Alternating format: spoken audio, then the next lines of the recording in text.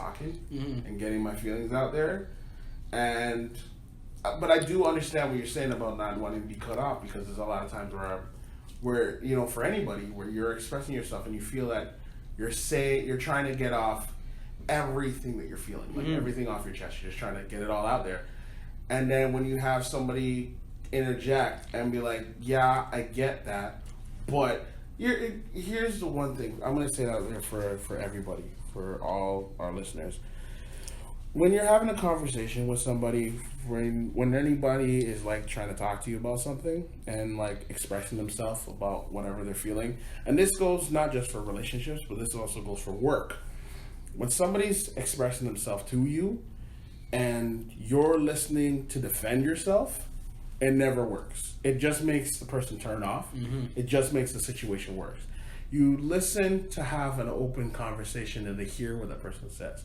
You don't listen to defend yourself, because when you listen to defend, it just shuts the other person down, or it turns them off from anything that you might have to say, because you're not acknowledging what they're saying to you. Acknowledge, take it in. Best thing to do is even to repeat back what they're saying, because that shows that you actually listen to what they said. So like, for instance, somebody says to you, it's like, I don't like this. I don't like it when you talk to me in a degrading manner, right? It makes me feel X, Y, and Z. It's like, okay, repeat back what they said to you first. Like, okay, so when you feel that when I talk to you in a degrading manner, it makes you feel X, Y, and Z. Okay, I get that. But the reason why I talk like this is because blah, blah, blah. Even if you're trying to throw back at them to say like, okay, well, you're doing this, acknowledge them first before going into your tangent. Don't just say, yeah, but you talk to me like blah, blah, blah. You're already starting a confrontation. It's like a one-up. Yeah, and nobody wants that. Everybody wants to feel acknowledged before, you know, they bring up their thing. I think my beef is I'm just too laid back. I tell you this all the time, dog. Like, I'm just too laid back, because like I said, like I've been through a lot of stuff. Like, so what I see or what people do to me, like, it doesn't faze me until like it just starts building up like bricks, bricks, to the point I'm at the roof of the house. That's when I explode. I take life seriously, but people I don't take seriously, because sometimes, like I said, one day they probably be on their up, one day they probably be in their downs. So I'm not gonna judge you for the day that you're down. Like, you know what I'm saying? Everybody has their down moments. I'm not gonna beat you up for being weak or emotionally unstable. I'm not gonna beat you up because of that. If you're going through a hard time, let's say one of your family members died or whatever, you don't know how to express yourself fully, the way you talk to other people or your mannerisms or even your attitude, I'm not going to hold that against you. Everybody has their time when emotions hit them the highest and they don't know how to communicate properly. I get that. I'm not going to be there being like, you know what? You've been great all this time, you know what I'm saying? But that one time when your family member died and you're talking to me kind of reckless or talking to me a little bit too emotionally, it made me look at you in a different light. I'm not that type of person. Everybody has their ups and downs. So you shouldn't judge somebody from their downs, or even shouldn't judge people from their ups.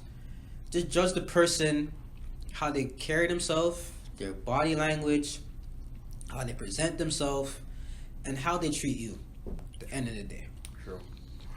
If you want to treat somebody by their mannerisms, you're going to have a small circle of friends. Oh, yeah. And a large circle of enemies. 100%. I agree with you 100%. Now, I want to ask you a question, because you brought this up earlier on. You were talking about, like, emotions with guys. Like, people, like, especially, okay, we're going to talk about this from men, and from the man's point of view. Women, a lot of women look at, you know, guys nowadays are not supposed to be emotional. Like, they're supposed to be the rock and Yeah. hold things strong and never show emotion. Like, what do you like? How do you feel on that? Because I hear that a lot. I hear that a lot of times when it's like, you know, oh, you're being so weak because you're showing your feelings. Like, stop talking in your feelings and shit like that. And I feel that, you know, it's a double-edged sword, because you want a guy to be strong, yeah, and to be whatever, but then at the same time, when he's like overly like strong and whatever and never shows anything, it's like, oh, you never show me any type of vulnerability, you never show this. And then when he does finally show some type of vulnerability, you fucking knock him for it. Like what do you think on that? I think showing vulnerability is attractive and a strength, not a weakness. Mm. But you open yourself up to that door to either your partner or your friends. That's courage. Take in mind, courage. You're showing someone like, hey, I'm not a robot. Hey, this is bothering me, so I'm gonna show you. Or hey, I love you or like you to this level that I'm not afraid to show you, or I'm not afraid to tell you. I'm not afraid to tell other people. Mm. I'm not afraid to express myself. There's a difference between vulnerable and I'm not gonna say the word wuss, but Bitch nigga. Let's just say bitch nigga. Okay, we'll say bitch nigga. Yes, let's call it like we want. Like, bitch nigga. If you're just on the phone crying and bawling and begging with snot come out your nose, I will say that's a weakness. That's being a bitch. Or a bitch nigga. Yeah. If you're being like, hey, you know what? I enjoy what we had or this and that, but I believe that something more between us. Mm. You're showing your vulnerability, and that's a strength. Mm-hmm. You're not coming off as being desperate or needy, like we said earlier. Like, people, there's in everything sacred in life, there's always a thin line. Mm. Everything's sacred in life. There's always a thin line. So, being vulnerable is not weakness. Weakness is not vulnerability. Weakness is, like you said, being a bitch nigga, Mm-hmm. crying and calling up family members and this and that and the third, or stalking people at work. Vulnerability is you showing, hey, I still love you regardless. If you don't see it or not, or hey, I still value this friendship if you see it or not, or I appreciate the time that we had together, but I feel like it ended too shortly. Ain't nothing wrong with that. Ain't nothing wrong with that. You're just showing, I guess, your manhood or your alpha status. That's what I like to call it, the alpha status. Yeah, I remember you were talking about earlier. Yeah, before we started this, we were having a separate conversation about like what do you consider an alpha and a beta. So can you just elaborate what you mean by like what you were talking about when you said alpha and beta? Me personally, I believe an alpha is somebody that is always front in line. He's never in the back. He doesn't make his pack protect him. He protects the pack. He's the one that shows compassion, loyalty, fearlessness, and remorse to his fellow people in his pack and people that he interacts with.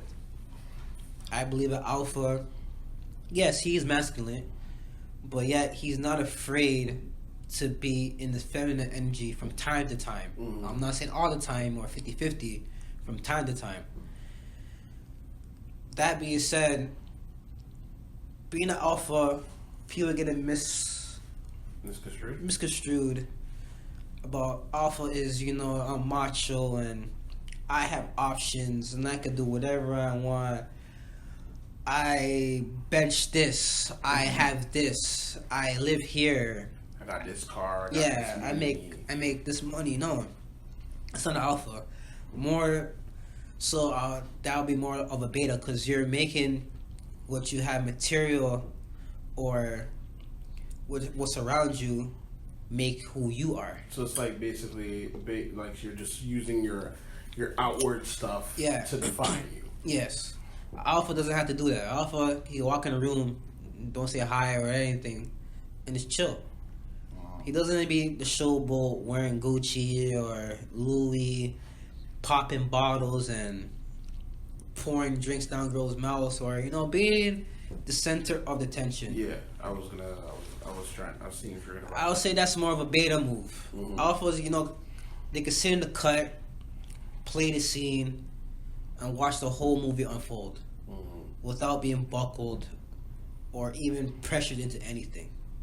I think that's what a real alpha is about. And alpha towards, let's say, a relationship, an alpha always attracts an alpha female. Always. But the alpha female will always protect her alpha male. Doesn't matter if it's verbally or physically, even mentally. She has to be there to support the alpha male for herself, for having more of resources for herself and for her pack. When I mean pack, I mean family, friends, or kids. That's what I mean by pack.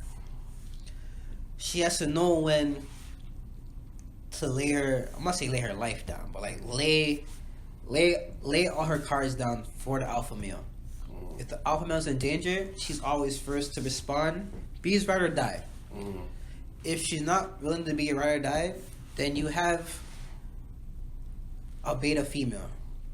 It's not a bad thing to be a beta. A lot of people in this world are betas. A lot of us were born betas that became alphas, or some of us are alphas that became betas.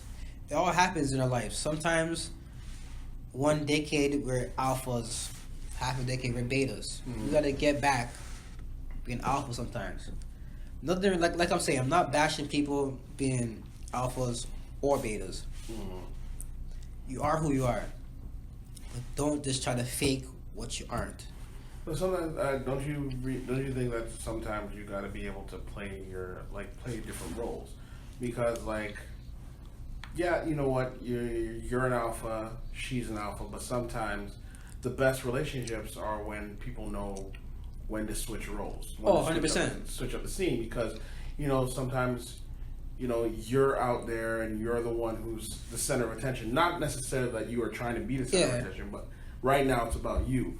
And you don't want another alpha female who's going to try and be out there and take the focus. Sometimes she's got to know that she got to take that step back and be the beta for a while. And the same thing's vice versa. You have a beta, you have an alpha female who's it's her time to shine. It's her thing. And when I say time to shine, it's just not like she's trying to be out there. It's about her right now. And you got to take a step back. So you got to be able to you might be both alphas and whatever, but you got to know when to take, switch your role. Yeah, 100%. It's just like how Chris Rock had this one thing, had a comedy special called Tambourine, and he's saying that you gotta be able to learn to play the tambourine. So in a group, you can't always be the lead singer. And that was I use it as a reference because I was in a band. I was in a singing group, and I considered myself the lead singer, but you had another guy who thought he was the lead singer, and it's look, everybody has their role. Everybody plays their part. Sometimes that's why I think Drew Hill worked well, because sometimes it's about Cisco, sometimes it's about Jazz, sometimes it's about Nokia. Everybody knew when to play their role depending on what they were doing. Now when you have somebody who doesn't know how to play their role and is always trying to be out there at the limelight with whoever's supposed to be in the limelight, it fucks up the whole rotation, and that's where shit falls apart. So you got to know when to play, how to play your part, how to play your position. That's what I mean by you got to be able to play the tambourine. Sometimes, someone's going to be a singer, someone's going to be the drummer, someone's going to be the guitar player, and sometimes you're going to be that person in the back playing the tambourine. But you got to just play that fucking tambourine.